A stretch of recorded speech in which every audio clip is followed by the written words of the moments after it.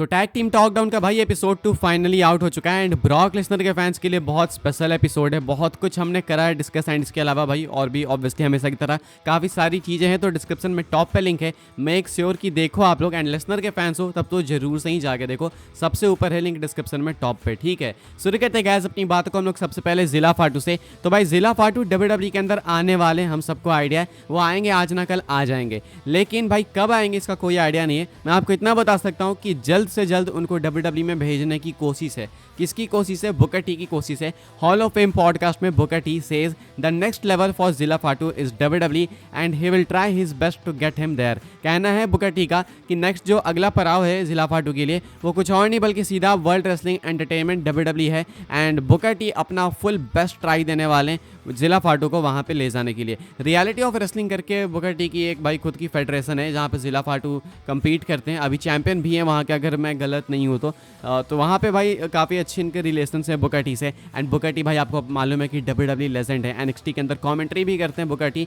तो भाई ऑब्वियसली भाई बुकर टी के पास वो पावर है कि वो जिला फाटू को ला सकते हैं। एंड ऐसा भी नहीं है कि जिला फाटू को लाने के लिए बहुत तकलीफ है, ऑलरेडी अनोवाई फैमिली मेंबर हैं भाई, ब्लड लाइन के मेंबर हैं। WWE की आइज़ भी इन पे है, WWE वाले खुद इनको लेना चाहते हैं, तो जल्दी आपको देखने को मिलेंगे। मालूम है दिक्कत क्या है? बस इनके आने में दिक्कत है इनका एक्सपीरियंस। रेसलर बहुत अच्छे हैं भाई, प्रोमो वर्क भी इनका काफ़ी अच्छा है। दिक्कत है कि WWE चाहती है कि ये थोड़ा और बाहर एक्सपीरियंस ले लें, उसके बाद बिग डॉग्स के साथ खेलने आए, बिग बॉयज़ के साथ खेलने आए WWE के अंदर। तो WWE वाले इनको थोड़ा और ऐसे वो एक्सपीरियंस देना चाहते हैं बाहर के प्रमोशंस में वर्क करा के। तो इसलिए अभी भाई फिलहाल रियलिटी ऑफ रेसलिंग वगैरह में अपीयर होते हैं जिला फाटू। WWE के अंदर आएंगे, इवेंचुअली जरूर आएंगे। एंड इसमें काफ़ी सारे लोगों का इन्फ्लुएंस भी है, इनका खुद का इन्फ्लुएंस है भाई, इनकी फैमिली का। रोमन वगैरह सब हैं ही भाई, जैकब फाटू को देख ही लिया WWE ने। एंड अभी बुकर टी भी चाहते हैं कि जिला फाटू जल्द से जल्द WWE के अंदर आए, तो आपको जल्दी देखने को मिल सकते हैं। अब कितनी जल्दी भाई ये चीज़ें WWE करेगी अपनी साइड से वो देखना होगा। आगे बढ़ते हैं गाइस, बात करते हैं अगली स्टोरी के बारे में जो कि बीस्ट इनकॉर्नेट ब्रॉक लेसनर को लेके रेसलमेनिया 30 की तरफ मैं आपको लेके जाना चाहूंगा। रेसलमेनिया 30 भाई वही मेनिया जहां पे अंडरटेकर एंड लेसनर का आइकॉनिक मैच हमें देखने को मिला था। इस मैच के अंदर अंडरटेकर की स्ट्रीक टूटी थी एंड हो चुका था 21-1। लेसनर थे भाई वो सुपरस्टार जिन्होंने अंडरटेकर की स्ट्रीक तोड़ी थी। ये सुनने में तो बहुत गजब लगता है एंड बिल्कुल बिलीवेबल भी लगता है भाई। मैच भी काफ़ी अच्छा था, लोगों को काफ़ी पसंद भी आया था, लेकिन इससे काफ़ी सारे लोग नाखुश भी है। अब सिंपल बात है भाई कि कोई भी ऐसी चीज़ नहीं हो सकती जो कि सबको पसंद आएगी। तो रेसलमेनिया 30 के टाइम से ही काफ़ी सारे लोग इस चीज़ से नाखुश हैं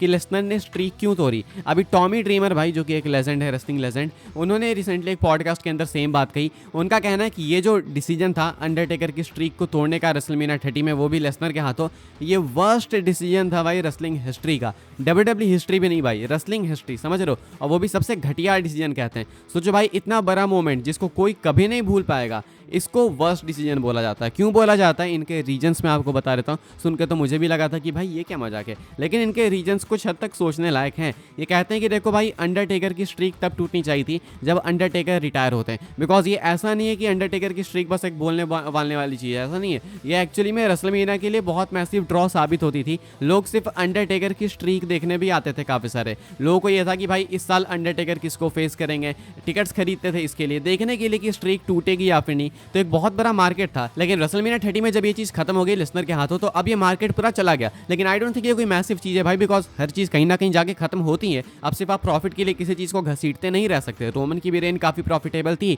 लेकिन वो हार गए ना, तो होना था। लेकिन इनका सेकंड रीजन आता है, ये कहते हैं कि भाई जब आपने अंडरटेकर को हरा दिया था वहाँ पे लेसनर से, तो फिर उसके बाद उनको वापस नहीं लाना चाहिए था। स्ट्रीक टूटी मतलब अंडरटेकर को रिटायर हो जाना चाहिए था, स्पेशली जब आप 3-4 साल बाद उनको रिटायर करा ही रहे थे। रेसलमेनिया 36 में आखिरी मैच रेसलमेनिया में रेसल करा है अंडरटेकर ने, तो उसके बाद तो वैसे भी नहीं रेसल कर रहे थे अंडरटेकर। तो जब आपको कुछ सालों बाद रिटायर कराना ही था तो भाई सीधा रेसलमेनिया 36 या 35, 34 जहां भी आपको भाई स्ट्रीक तुरवानी थी वहीं पे आप रिटायर करा देते भाई। तो रेसलमेनिया 30 में आपने स्ट्रीक तुरवाई, उसके बाद अंडरटेकर फिर से 6 साल रेसलमेनिया में कंपीट करें मीनिंगलेस मैचेस के अंदर। प्लस ये कहते हैं कि लेसनर को तोड़ने की नीड नहीं थी, बिकॉज लेसनर ऑलरेडी भाई एक काफ़ी एस्टैब्लिश्ड सुपरस्टार है एंड उनके अलावा अगर कोई और न्यू टैलेंट होता तो ज़्यादा बेटर होता। तो ये सिर्फ इनके ओपिनियंस नहीं भाई, ऐसे बहुत सारे फैंस हैं जो सेम तरीके से सोचते हैं। अब आपसे मेरा क्वेश्चन है कि क्या आपके अकॉर्डिंग ये मोमेंट बेकार था? मुझे बिल्कुल नहीं लगता भाई, मुझे लगता है बहुत सही मोमेंट था, ग्रेटेस्ट रेसलिंग मोमेंट्स में से है भाई, लेकिन कुछ लोग भाई इसके अगेंस्ट भी हैं। आप क्या सोचते हो भाई, कमेंट करके बताना। आगे बढ़ते हैं, बात करते हैं अगली स्टोरी के बारे में जो कि कोडी रोड्स को लेके।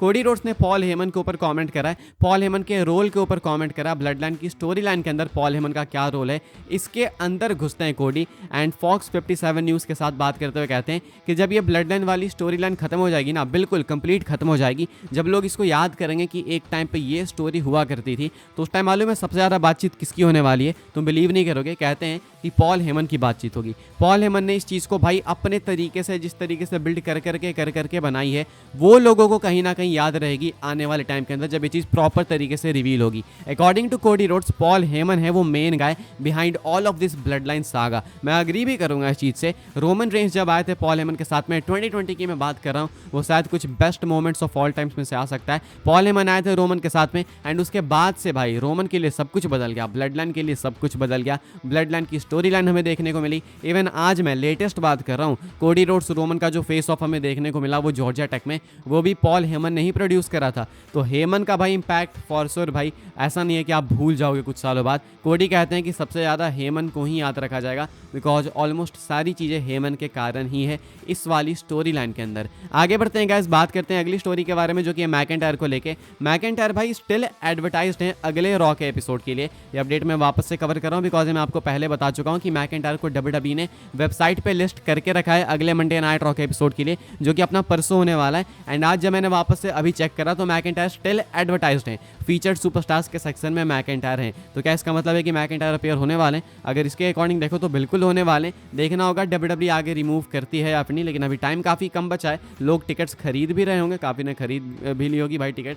तो लेट्स सी क्या होता है। मैकेंटायर फिलहाल अभी भी एडवर्टाइज्ड है। आगे बढ़ते हैं गाइस, बात करते हैं हम लोग अपनी नेक्स्ट एंड फाइनल स्टोरी के बारे में जो कि ब्रॉक लेसनर को लेके। तो भाई रेसलिंग वेटरन जर्नलिस्ट ने बोला है कि ब्रॉक लेसनर में भी क्राउन जूल में अपीयर हो सकते हैं गुंथर को कन्फ्रंट करने के लिए, एंड शायद वो कह सकते हैं कि भाई तुमने मुझे नहीं फेस करा, तुम्हें अब मुझे फेस करना पड़ेगा। Speaking on sports Kira wrestling the wrestling time machine show hosted by Mac Davis, veteran wrestling journalist Bill Apter thought that even if the ring general won his match at Crown Jewel, there was still ample opportunity for him to have a feud with the Beast Incarnate. Exact statement ऐसी थी भाई। I think what Lesnar is gonna say is okay, this guy has got the world championship and he won the Crown Jewel. Well, he has not faced me yet. कहना है bill एप्टर का कि Lesnar appear हो सकते हैं may be crown joule में, and आगे कह सकते हैं भाई कि ये वर्ल्ड चैंपियन है, क्राउन जूल चैंपियनशिप भी जीत चुका है। अगर कोडी को हरा देते हैं गुंथर तो अब इसे मुझे फेस करना, अब ये फेस करना बाकी रह गया। काफ़ी मुश्किल है भाई मेरे लिए इससे अग्री करना, लेकिन ये वेटरन जर्नलिस्ट है भाई तो मुझे लगा बता देते हैं। एंड क्योंकि आपको अब हर एक छोटी से छोटी अपडेट चाहिए लेसनर को लेके,